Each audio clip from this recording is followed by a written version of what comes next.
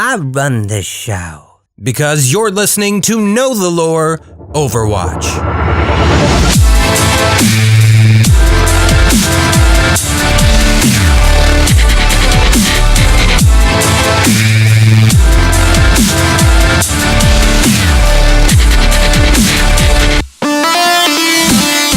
Hi friends, how y'all doing? I just want to thank you all real quick for all the recent messages and requests. For me to do some new episodes, I seriously appreciate it and all the kind words. And if you've reached out to me on the PlayStation Network and I have not responded, I do apologize. I get a lot of messages on there and I haven't been playing too much lately due to the million other projects I'm working on. And I promise I have not been ignoring the show. It's challenging doing a lore podcast where we only get bits and pieces a few times a year. But I've got some more ideas coming up aside from just the characters. But with that said, let's get into our two subjects for today's episode, Ashe and Baptiste. Elizabeth Caledonia Ashe was born to an extremely wealthy family in the American Southwest and suffered from somewhat of the typical cliche of growing up in that atmosphere. Her parents were busy, successful business consultants, which means they were always traveling and rarely at home. Although they tried to set up Elizabeth for success by enrolling her in some very prestigious schools, the things that she really needed the most was love and guidance. Instead, she was usually taken care of by the butler, an omnic named Bob, who, as far as we know, can't actually communicate verbally. So it's probably not the healthiest way for a developing kid to, live and grow up. And that was evidenced by Elizabeth's constantly acting out, whether it was bullying and getting into trouble at school, or committing misdemeanors and getting arrested as a teenager. As a young woman, Elizabeth, or Ashe as she became more commonly known, met a young man, much her counterpart, although Bob still stayed at her side at all times. This man was everyone's favorite cowboy, Jesse McCree. Together, Ashe and McCree pulled off a series of robberies which awoken something within her. She felt truly more alive than ever before when outwitting others and surviving danger. But Ashe needed to be bigger and badder than any other outlaw. Her name needed to be known. Even though McCree and Ashe never dated, he was right there by her side, as together they formed the infamous Deadlock Gang. Perhaps absorbing some of the leadership skills of her parents, although in a bit more twisted manner, Ashe excelled as a leader, plotting, planning, and pulling off extravagant heists. It wasn't really about the money. She had plenty of that. This was about defiance, rebellion. That's why she was able to navigate their little criminal enterprise into something bigger, even when rival gangs and organizations began to bump heads with them. When things started to turn bloody, Ashe brokered a deal between them with simple rules.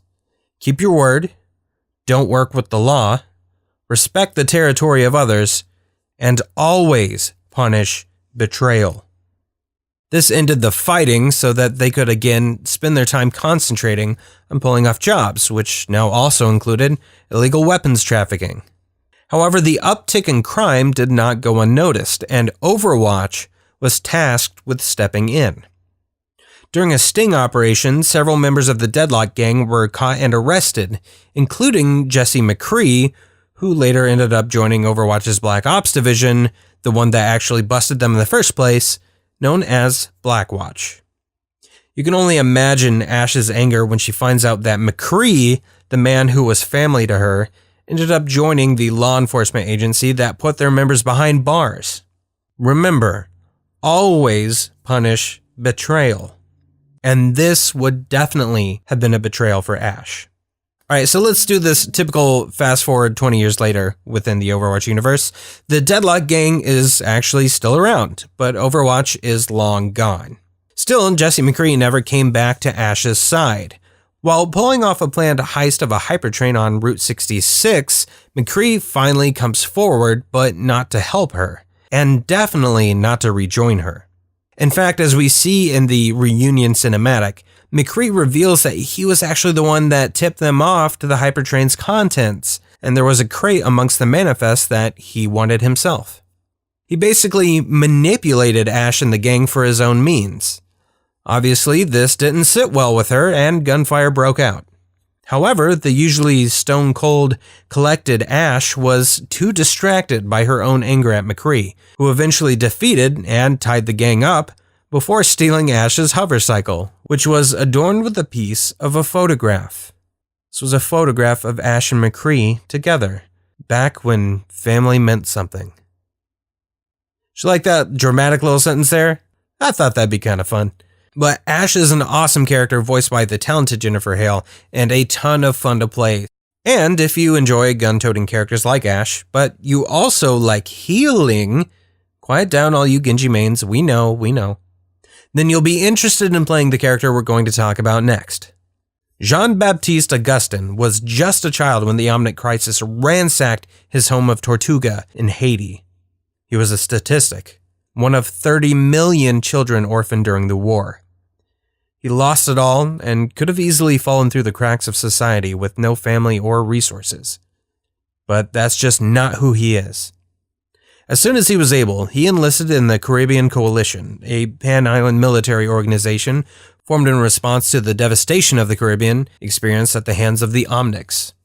However, his drive wasn't revenge as one might expect, but it was about helping those who needed it, which is why he trained as a combat medic, to supply a bandage to those that needed healing, and a bullet for those who needed to be stopped.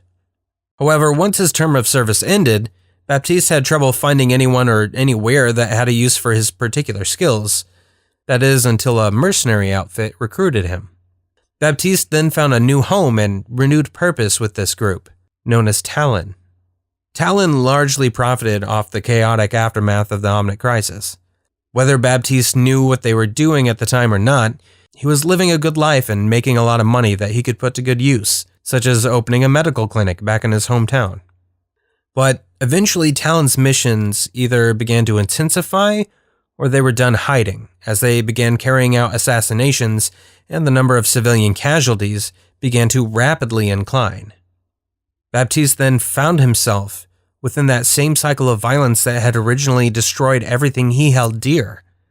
And so he defected and fled back to Tortuga. But Talon was not going to let him off so easily. They assembled a strike team consisting of Baptiste's former unit, led by his former mentor, Captain Kuvera. Now, their orders were to capture or eliminate Baptiste, but what happened to the strike team is actually still unknown to us. They were never seen or heard from again, and their patches indicating loyalty to Talon were delivered to Captain Kuvera. Baptiste has since left Tortuga, keeping any further attempts against him by Talon away from his community, and instead travels around the globe, constantly moving and lending aid to those who need it most. So there's our two lovely characters for this episode with troubled past, but still pretty cool and interesting. Before I get out of here, I just want to thank everyone for all the 5-star ratings that I've received in Apple Podcasts. That is a quick and really easy way to help me out and support the show. And I'd like to ask you to check out my other show, Saturday Morning Cartoon Boom, also available wherever you're listening to this show, in your ears right now.